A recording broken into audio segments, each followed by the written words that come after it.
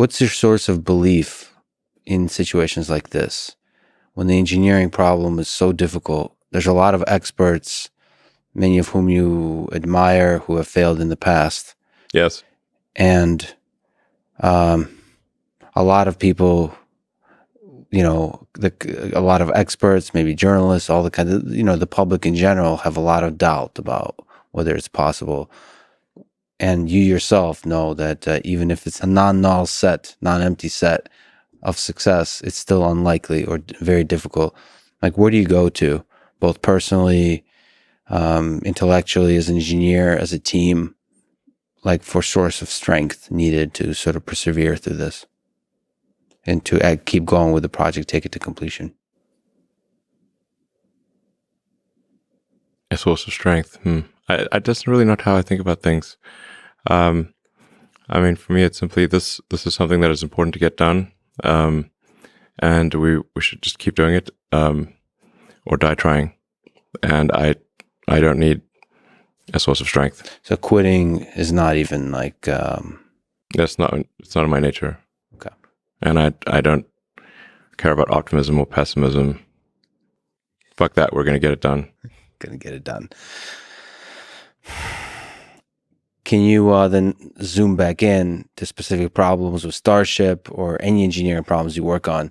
Can you try to introspect your particular biological neural network, your thinking process, and describe how you think through problems, through different engineering and design problems? Is there like a systematic process? You've spoken about first principles thinking, but is there kind of process to it?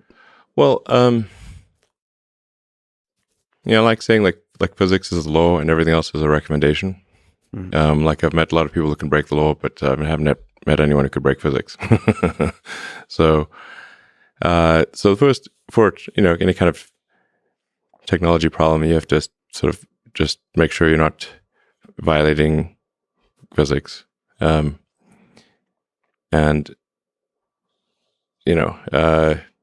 first principles analysis, I think, is something that can be applied to really any walk of life, anything really. It's really just saying, let's boil something down to the most fundamental principles, the things that we are most confident are true at a foundational level, and that sets your axiomatic base, and then you reason up from there, and then you cross-check your conclusion against the axiomatic truths.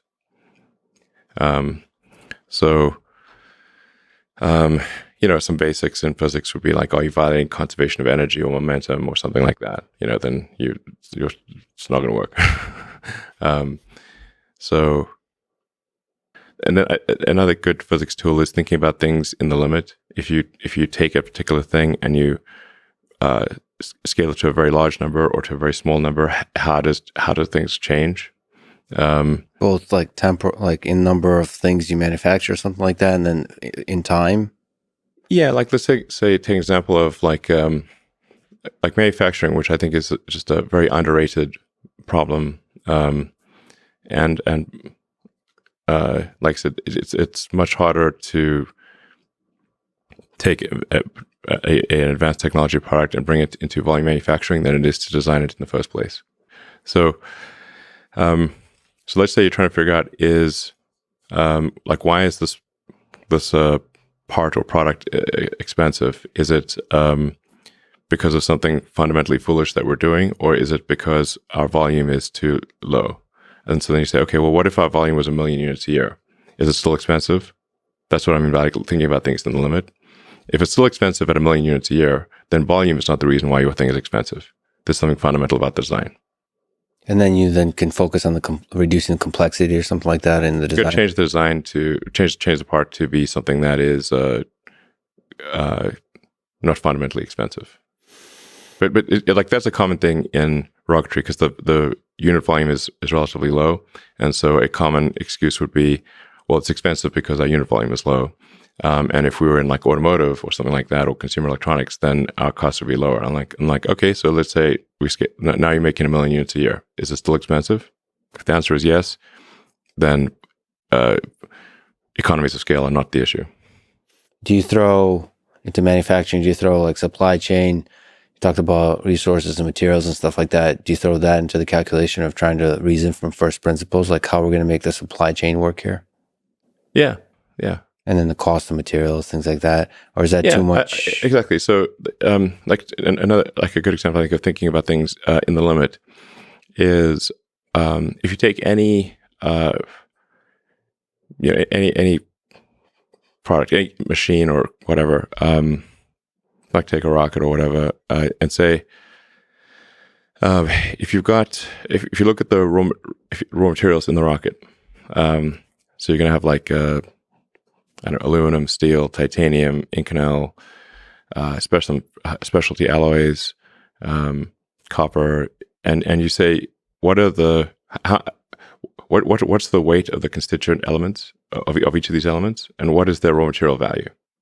And that sets the asymptotic limit for how low the cost of the vehicle can be unless you change the materials.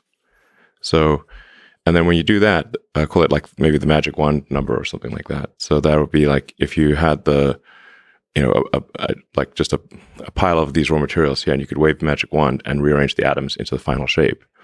That would be the lowest possible cost that you could make this thing for unless you change the materials. So then, and that is always almost always a very low number. So then what's actually causing things to be expensive is how you put the atoms into the desired shape. Yeah, actually, if you don't mind me taking a tiny tangent, I often talk to Jim Keller, who's somebody that worked with you as a friend. Yeah, Jim was did great work at Tesla. So I suppose he carries the flame of the same kind of thinking that you're talking about now. And I guess I see that same thing at Tesla and SpaceX folks who work there. They kind of learn this way of thinking, and it kind of becomes obvious almost. But anyway, I had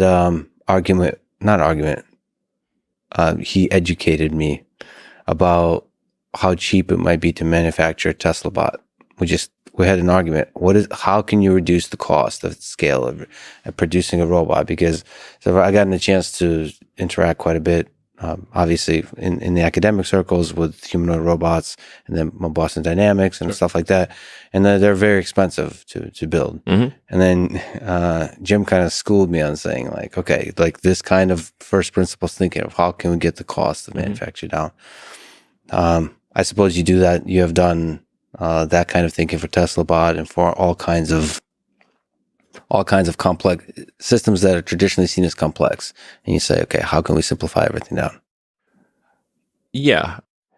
I mean, I think if you are really good at manufacturing, you can basically at high volume, you can basically make anything for a cost that asymptotically approaches the raw material value of the constituents plus any intellectual property that you need to license. Right. Anything. Right. But it's hard. It's not like that's a very hard thing to do, but it is possible for anything. Anything in volume can be made, like I said, for a cost that asymptotically approaches its raw material constituents plus intellectual property license rights. So what will often happen in trying to design a product is people will start with the tools and parts and methods that they are familiar with, and then try to create a product using their existing tools and methods. The other way to think about it is actually try to imagine the platonic ideal of the perfect product or technology, whatever it might be, and say what is the perfect arrangement of atoms that would be the best possible product. And now let us try to figure out how to get the atoms in that shape. I mean, it sounds it's almost like Rick and Morty absurd until you start to really think about it, and you really should think about it in this way, because everything else is kind of if you think you might fall victim to the momentum of the way things were done in the past unless you think in this way. Well, just as a function of inertia, people will want to use the same tools and methods that they are familiar with. That's what they'll do by default.